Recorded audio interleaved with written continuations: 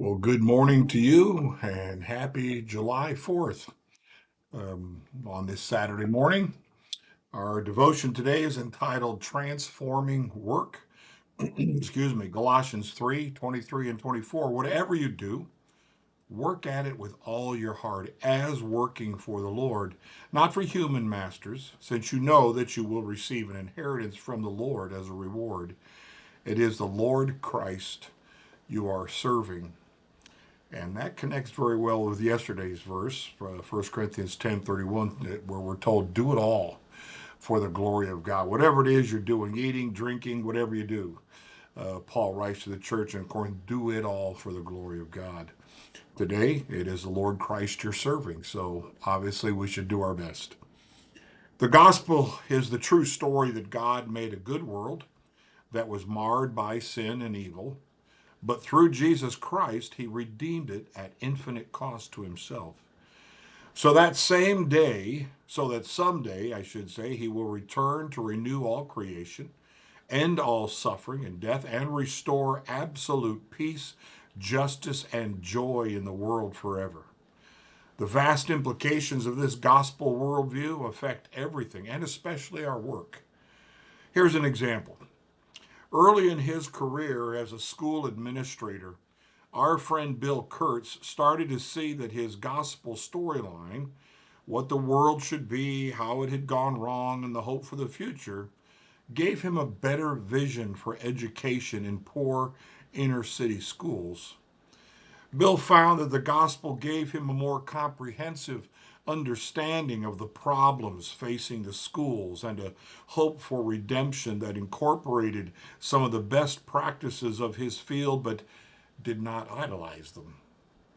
His approach has been holistic, with the recognition that the gospel could actually shape the culture of a school community. In 2004, he launched a public charter high school in Denver to serve a very diverse student population.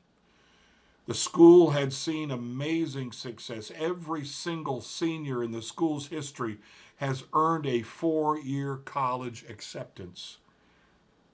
This first school has grown into a network of 6 top performing schools across Denver. I've never heard of this man. I couldn't say exactly what his approach was to all of this, but as it looks to me, it had success. Being focused on the gospel, which is being focused on Jesus and who he was and how he lived out his life and the sacrifice he made for us. That transforms, at least it should anyway, transforms the way we do what we do, the approach we take to doing it, because we want to do it all for the glory of God, and it is the Lord Christ that we are serving. And so hopefully, we're going to make our best effort. May not always be perfect, but at least we're going to have a notion of how we should approach what we're doing and how we're doing it, that kind of thing. Then there's all kinds of different ways. He was a school administrator. I wouldn't have any idea how that rolls, but that was his work and his mulling. Again, I don't know him, but I'm just imagining he mulled over how he would go about improving this inner city need that was there. And we know from our studies in poverty in Sunday school back away, that has a negative impact on how people live because they've lost hope. In many cases, they've lost hope. The kids see their parents as unstable at times, see them as not getting things accomplished that need to be accomplished for them to have a nice place to live, to buy groceries, all of those different things. It weighs on people and it causes them to feel small and worry regularly in our country, in all of the different things we have and do in our country.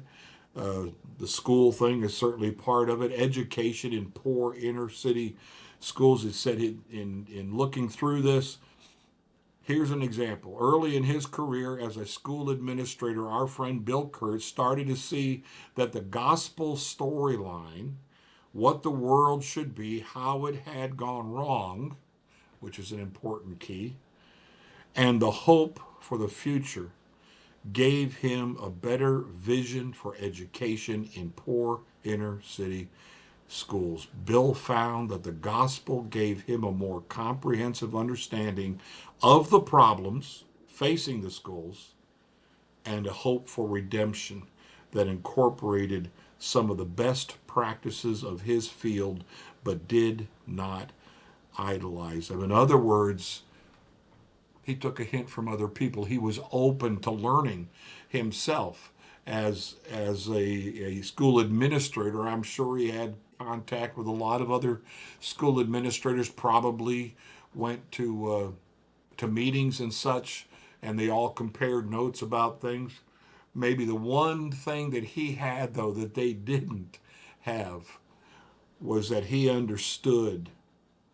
He understood that what the gospel represents would improve his approach, would improve the things that were focused on for his students.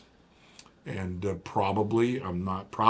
sure, absolutely, that this is something he learned for himself in comparing notes with others, in evidently being in the scriptures, and then going to these other administrators and learning from them, and then coming back to his school and sharing it with the teachers there. And they learned themselves, I guess, and it filtered through from administrator to teachers to students, and how it really improved where their students, how they did, how their grade averages went up, how their interest maybe in particular things that the school had to offer helped them to rise above and improve. And that's transforming work. That's what he did. That's what Bill Kurtz did. He transformed others around him, namely his students, through his own work, through his willingness to learn, his willingness to listen to others and to learn from them, and then to recognize, hopefully, with this Colossians passage, it's the Lord Christ you're serving. Which to me, again, I don't know anything about really what a school administrator does, but what it says to Bill Kurtz at this point, if he reads that verse, is that's who I'm serving.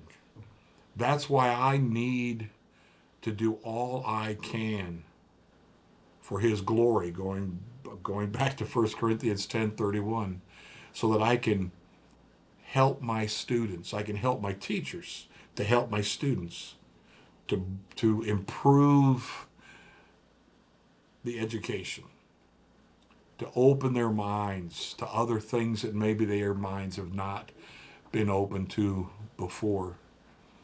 And that's a transforming work, literally, because of where they may have come from. That we're talking about an inner city school, a poor inner city school, where there is little to no hope oftentimes. Kids aren't getting meals at home. They're not. They don't have, let's say, the technology at home that they could use to improve their education. But this is what his work did. Again, I don't know all the details.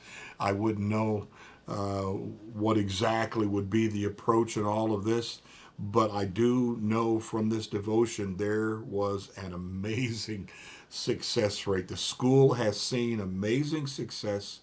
Every single senior in the school's history has earned a 4-year college acceptance.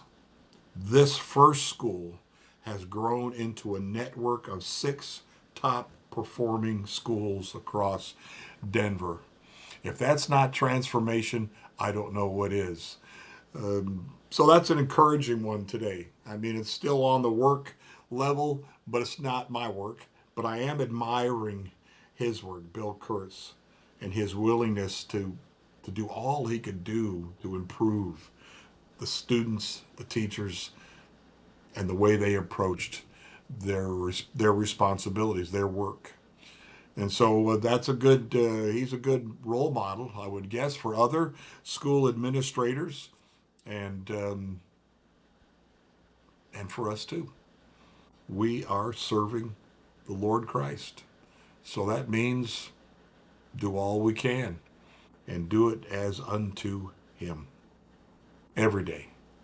Blessings to you today. I'm hoping it gets cooled off a little bit today. It's been brutally hot and humid, and I learned here today that cooking up something in the kitchen on a day like today is not fun. Already humid, and I don't need to be boiling any more water. So blessings to you all today.